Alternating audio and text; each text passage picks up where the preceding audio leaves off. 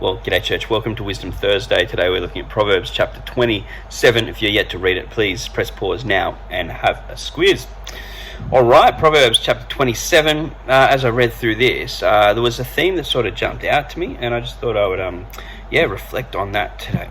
There's 3 verses in this passage that made me think about friendship and what it is to be a wise friend and a good friend.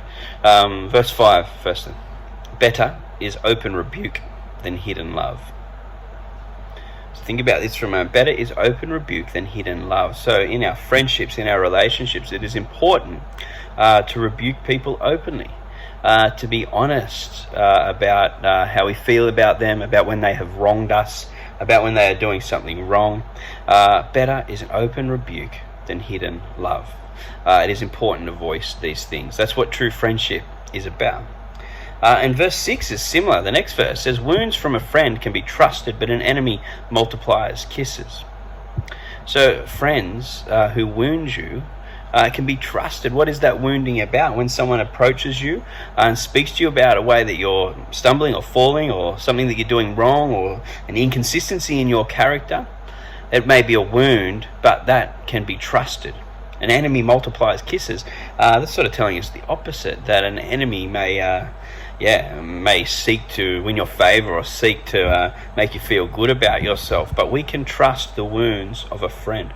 So verses 5 and 6 have us thinking about how we receive feedback from others and how we give feedback to others. It is important that we are honest, we're open, and that we rebuke our brothers and sisters.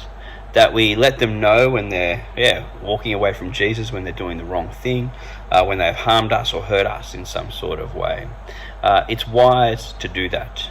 It may be difficult, it may feel like a wound, but when we receive those rebukes, we need to receive them well, trusting our brother or sister as they give them to us. And then when we give them, we are to give them gently, kindly, lovingly, but honestly, because to be honest and to help draw someone back into the path of faith is the kindest thing you can do for them. And then as we move on through the passage, go on to verse 17, it says this: as iron sharpens iron, so one person sharpens another. So here's how our friendships can work. When we are honest, when we have an open rebuke with our friends, when we may speak hard words to them that need to be heard, we can be like iron sharpening iron. We can make each other stronger. We can make each other better Christians, draw each other nearer to Christ. This is our role as Christian friends. Iron sharpens iron. And the challenge for us is, will you be that iron to someone else? And will you allow someone else to be that iron that sharpens you? A couple of takeaways from this for me, I think, is there someone in my life I need to have a hard word with? Is there someone I know who is slipping, someone who is walking away from Christ, or someone who is acting in a way that needs a gentle rebuke?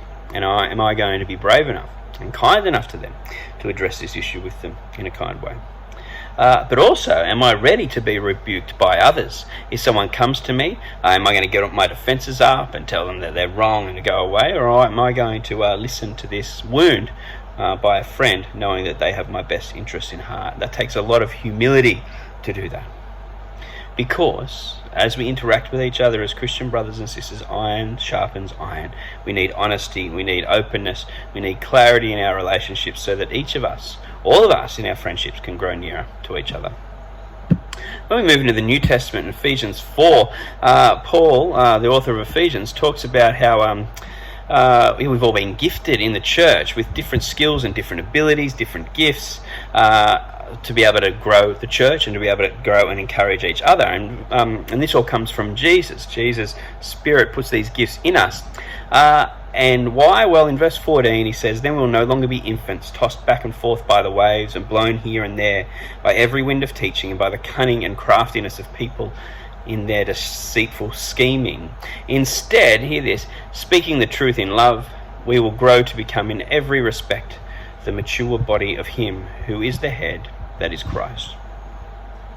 Jesus has gifted us through his Spirit in ways that can help us fight against the false gospels of the world, the evils of the world. We need to speak the truth to one another in love so that we can grow in maturity. Jesus has gifted us to do this. The Proverbs has called us to do this. And I want to encourage and challenge all of us today to be that voice of reason, honesty, and rebuke in a kind and gentle way, and to receive that so that we may sharpen one another, and so that we may grow into the maturity that comes from Jesus Christ. Go in peace today as you seek to do that. God bless.